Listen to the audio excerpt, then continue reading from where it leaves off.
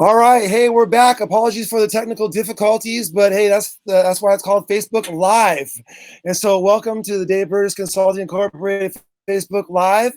Today, we are live with two special people. One, Molly Hodgins, who's the author of a brand new book, Saving Sycamore.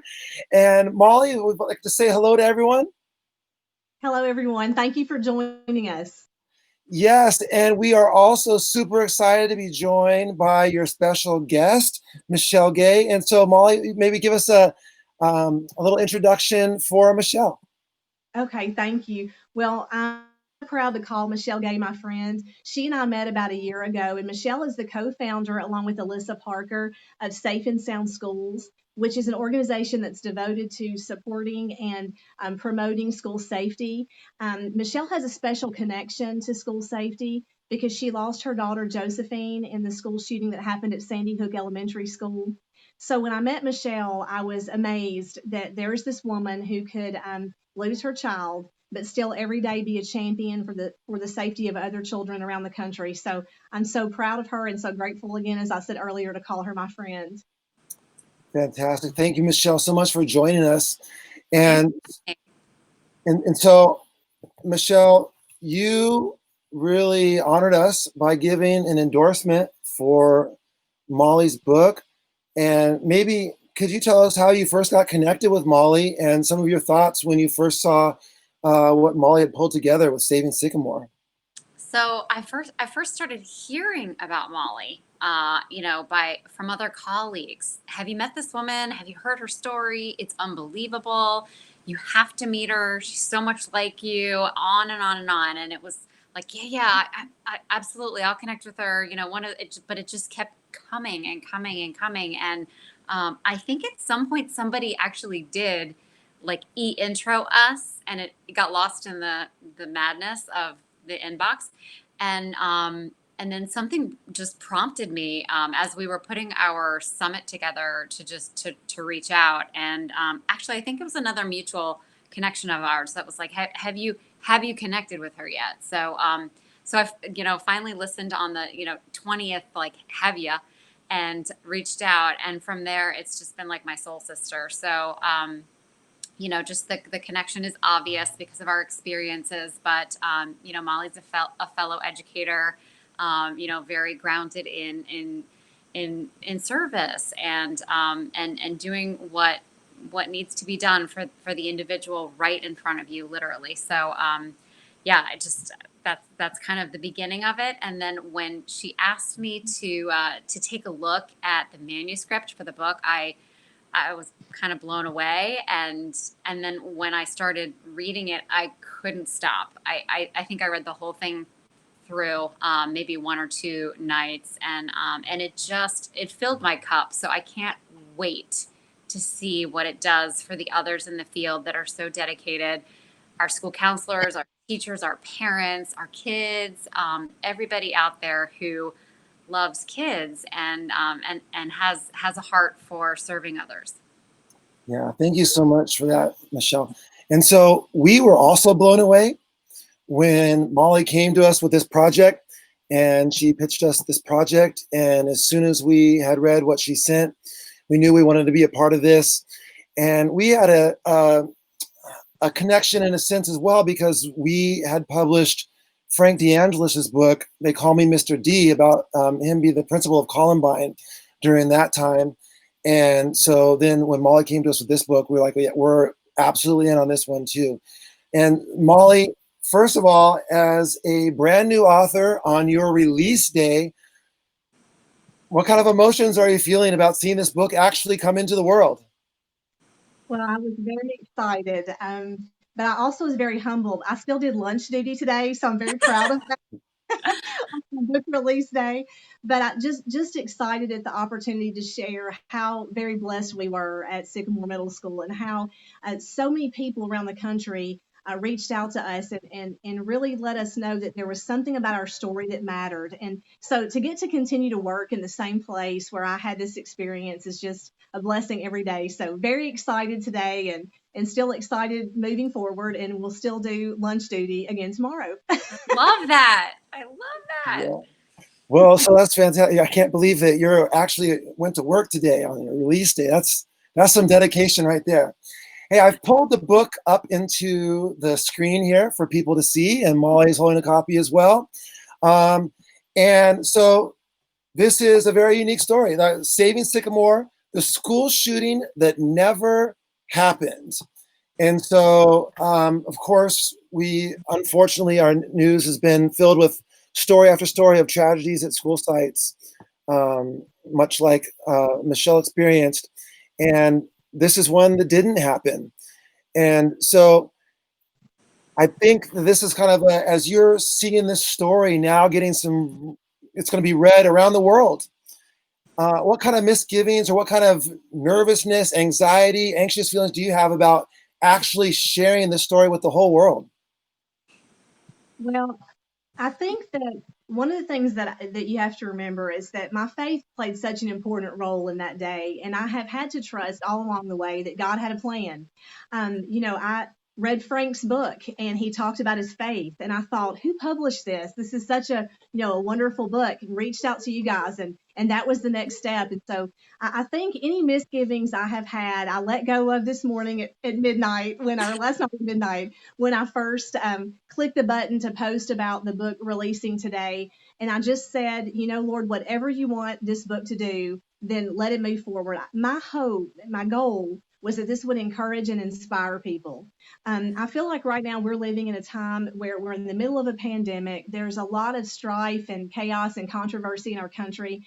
And my hope was that this book would allow people to see that it doesn't matter what experience you're having or if you are feeling that you are without hope, that there is always someone that can help you, that you can reach out to someone. And even if the first person that you talk to is not the person who's able to help you, continue to look for that because there is someone that can. And so right now, I'm just grateful for the opportunity to share it and hopeful that it will inspire and encourage people, especially teachers, educators, school counselors, people, wonderful people in law enforcement and juvenile court who work with our students, and of course, anyone else who has faced a situation like this. There are many school shootings who've been averted, and we don't know those stories. And so I hope to encourage people to learn more about ways to prevent situations like this from happening in our schools. Absolutely. It's a wonderful message. And we're just so honored to publish it and to work with you on this. And the whole team has just been excited for today to see this message get into the world. One of the essential things I think about dealing with tragedy is trying to find some way forward, trying to find some sort of meaning. That was something that Frank talked about when we talked to him about his book.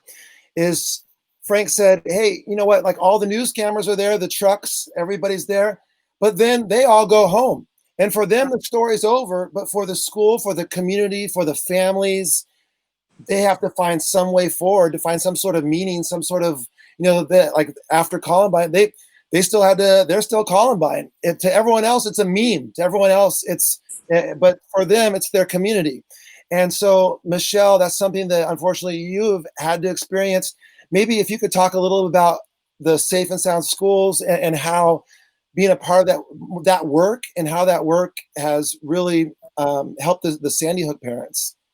We talk a lot about putting your pain to purpose, and as a person of faith, that that was something I was able to step into readily. I had already I was on the ground. I was not sure I was going to get up. I had already handed it all over to God to begin with.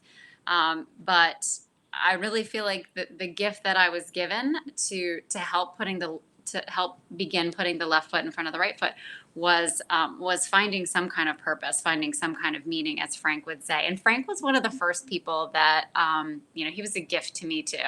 When I met him at Columbine, we were at another conference called the Briefings that's held by another families organization called I Love You Guys, and I was getting ready to speak for the first time, and I thought I was going to be sick. I really did.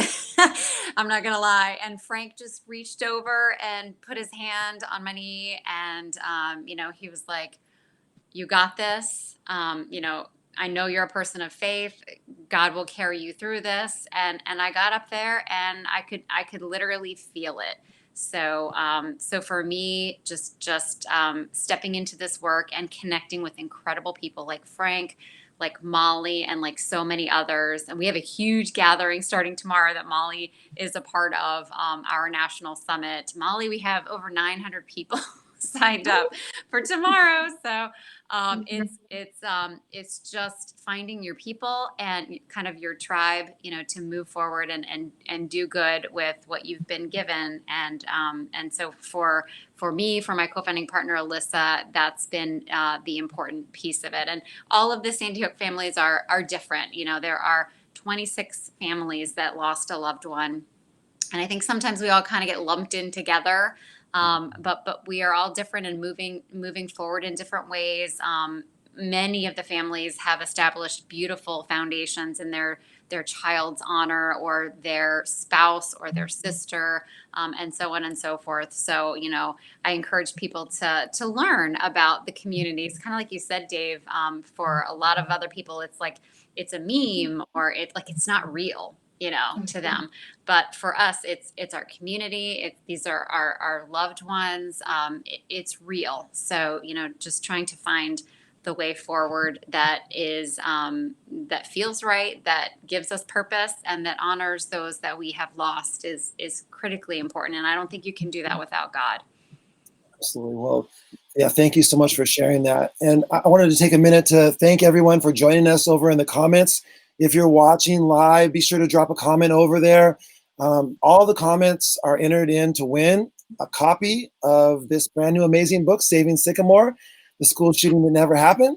And so if you'll enter a comment over there, you're about maybe 30 to 60 minutes after the program today, we'll give a chance for more comments to roll in, and then we'll choose someone to win Molly's book. So Rachel, Anik, thank you for joining us all the way from Canada. We have Mandy in here, Joe and Carol Ann.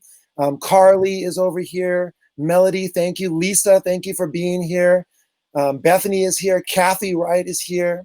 Courtney, thank you so much for joining us. And Jody, thank you. And I know I'm missing some names, but we really appreciate you all listening in and watching. And Molly, I had a question for you. You said something in the book that I found fascinating, and that is, you said that in a sense, you felt that your life up to the point of September 28, 2016 was preparing you for that moment. You were in the right place at the right time to do something and be a part of something very incredible. Maybe if you could address that and let us know what you meant by that. Sure. Well, my very first year of teaching was at Sycamore Middle. I've been there my entire educational career. And that year, the 1998-99 school year, was when the school shooting happened at Columbine High School in Colorado. And I, for reasons I did not understand at the time, began researching school shootings. I read every book, every professional manual, every publication I could find by law enforcement, by mental health professionals, school psychologists, psychiatrists, principals, people who had been affected by these tragedies, because I couldn't understand how two boys could plan something of that magnitude over a year's time and there not be any warning signs. And so from 1999 until 2009, I researched school shootings. And I wrote a training called Recognizing Red Flags: An Educator's Role in Preventing School Violence.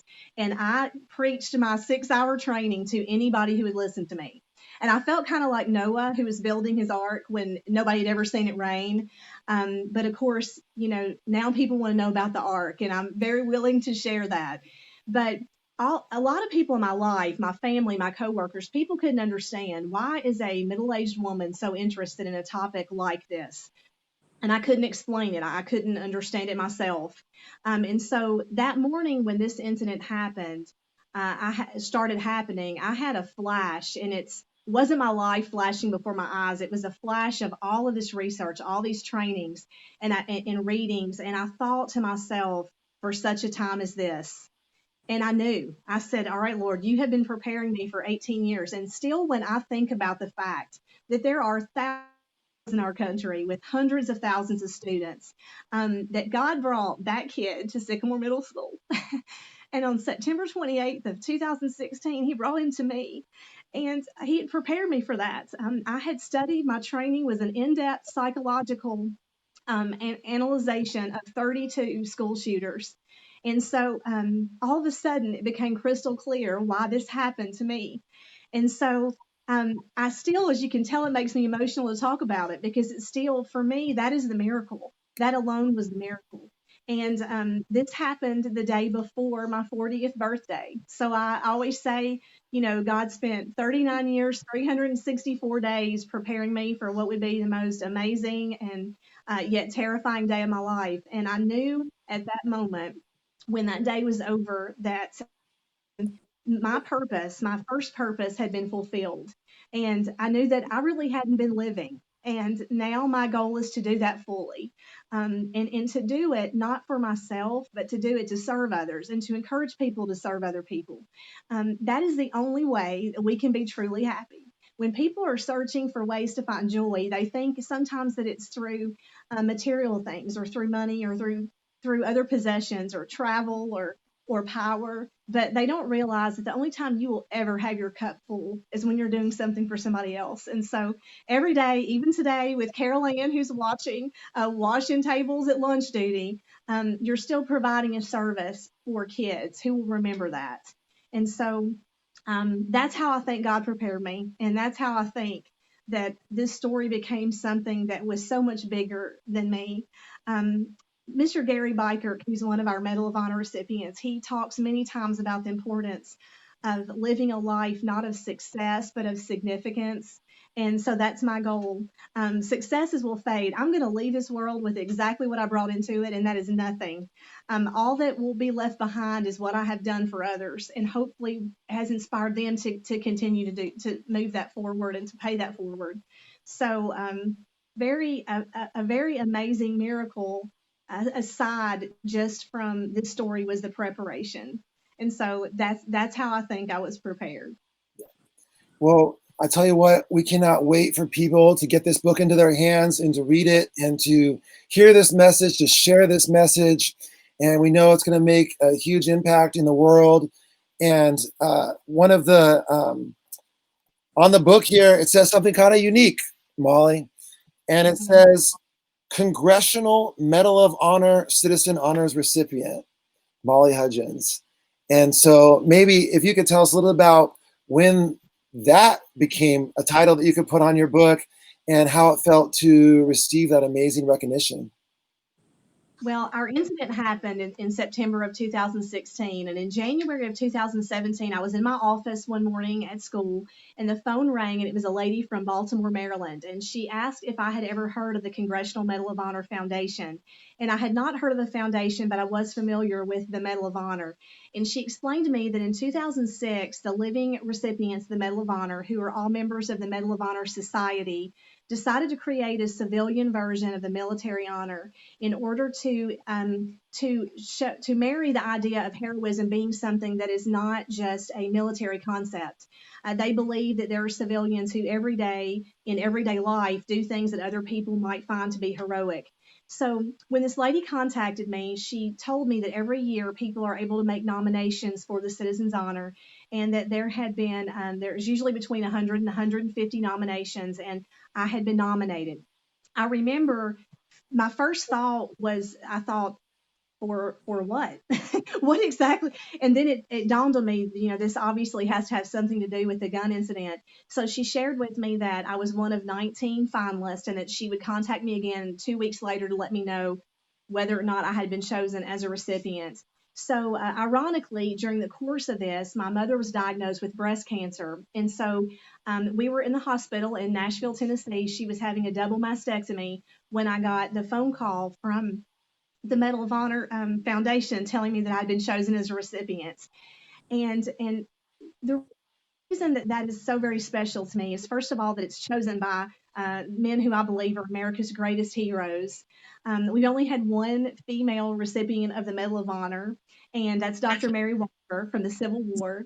And but today there are 11 civilian female recipients of the Citizen's Honor. However, only 3 of us are living. 7 of the recipients were posthumous recipients, and 6 of those women were the educators who lost their lives at Sandy Hook. And so I remember sitting in my mom's hospital room that night, looking at the website and reading their names, reading the names of these women, and thinking, and there had been male recipients also of the Citizens Honors who've lost their lives in schools. And I remember thinking, I don't belong in a category with those people. But I also knew that someone had to speak for them. There had to be someone who would say their names and not let people forget the sacrifice that they made. And so I had a bracelet made that I wear every single day that has the names of the civilian honor recipients and the dates that they sacrificed their lives. And I remind myself every morning when I put it on that it is for them. It is for them that I've been given this opportunity to share this story. And so they are a part of Saving Sycamore. They are named in this book because I believe they are really the heroes. But this wonderful opportunity from the Medal of Honor Society has given me the opportunity to travel and to speak and to share this story in some amazing places and in amazing ways. And so I will be forever grateful for them for that opportunity. That's incredible. Absolutely incredible. Michele, maybe I would love it if you would share with us if Oh, I've lost Dave for a second there. You said share, and then I lost you. and get involved. I lost you a little bit there, Dave. I don't know if it's on my end, but you said you wanted me to share something. What was it? Yeah, so I would love to have you share a little bit about how people who want to learn more about Safe and Sound Schools and to get involved and support that movement, how they could learn more about it and help support. Well, super easy. I think I would love everybody to read this book because I think Saving Sycamore in many ways just embodies the spirit of this movement. It's about stepping in and pushing up your sleeves and finding a way that you can help the community, help a child, help a colleague, help the person in front of you. But heading to Safe and Sound is as easy as getting on the website. So it's just safeandsoundschools.org. And we welcome people to come and explore our free resources, to attend some of the now online trainings and seminars and webinars that we give. We do lots of little events like this too, just to keep our community connected and to help one another as we look to help other school communities. It's about becoming educated, like very much like Molly did. She just dug right in and she wanted to get to how she could be a part of the solution. And there's something in this work for every one of us. It doesn't have to be that we are, the big hero with the badge that comes in at that time of need. Sometimes stepping in at a time of need is as simple as listening to somebody when they're crying for help, or helping somebody in a very small way, or connecting with a parent or a colleague. There are just so many things that we can do to help one another and keep our communities safe and sound. So, we encourage you guys to come check us out, join our community online so that you can, keep up with us and explore the resources and the amazing people that we are collecting along the way, Molly included, people that inspire us and people that have done the work and just want to share it so that everybody can be safe and sound in school. Thank you so much for sharing that. And I think, Tara, if you could drop that link over into the comments, that would be fantastic so people can just click it and know where to go. So, Molly, I have to ask you a question that's outside of the book. Is that okay? Sure. So, we have connected a couple times in the past over a shared love of fitness and fitness challenges. And so maybe one thing that they don't know about you on a personal level is that you are absolutely incredible as like an endurance athlete. And maybe if you could share a little bit about that side of how you've been involved in that and the putting vast amounts of weight on yourself and running up mountains and hills and all sorts of things like this. Right. Well, actually, I did not start running until I was 38 years old, and that was for health reasons. And over the course of a year, I lost 77 pounds and decided that, hey, I liked an active lifestyle. But it really wasn't until the Citizen's Honor when I met a fellow Citizen Honor recipient, Travis Ellis, who is the co-founder of the Shepherd's Men, and they are a group that works to prevent veteran suicide. And they raise money every year for the Shepherd Center, the Share Military Initiative, which is in Atlanta, Georgia, and their participants in that program have a 100% survival rate. So when I met Travis, he said, "Hey, I hear you like to run. You guys should run with us sometime when we do one of our runs through Nashville." And what I didn't know at the time is that they were running, traveling through about 8 different cities over 8 different days, running 8 half marathons, all carrying 22 pounds of weight to represent the 22 veterans that we lose every day to veteran suicide. And so I said, "Well, I don't know if I can run with any weight, but I would love to run with you all." So I did that for 2 years. And then the idea of rucking or running with weight really intrigued me a little bit.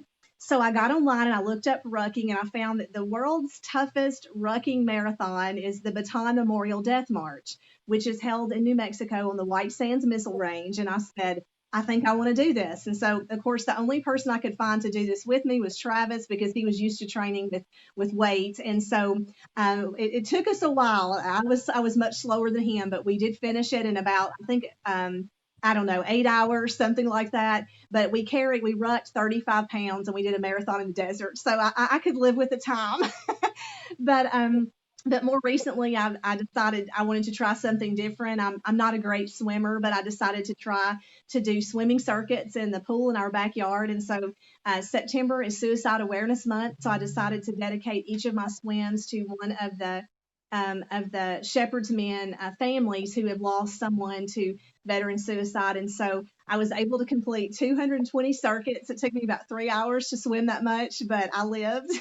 And so now I've been in a week or two of rest. And so I'm trying to decide what to do next. And I'm not sure. So you'll have to get people to leave me in the comments some ideas of what I need to do next. Because I do like things like that. But I like it because it gives me a chance to talk to the kids.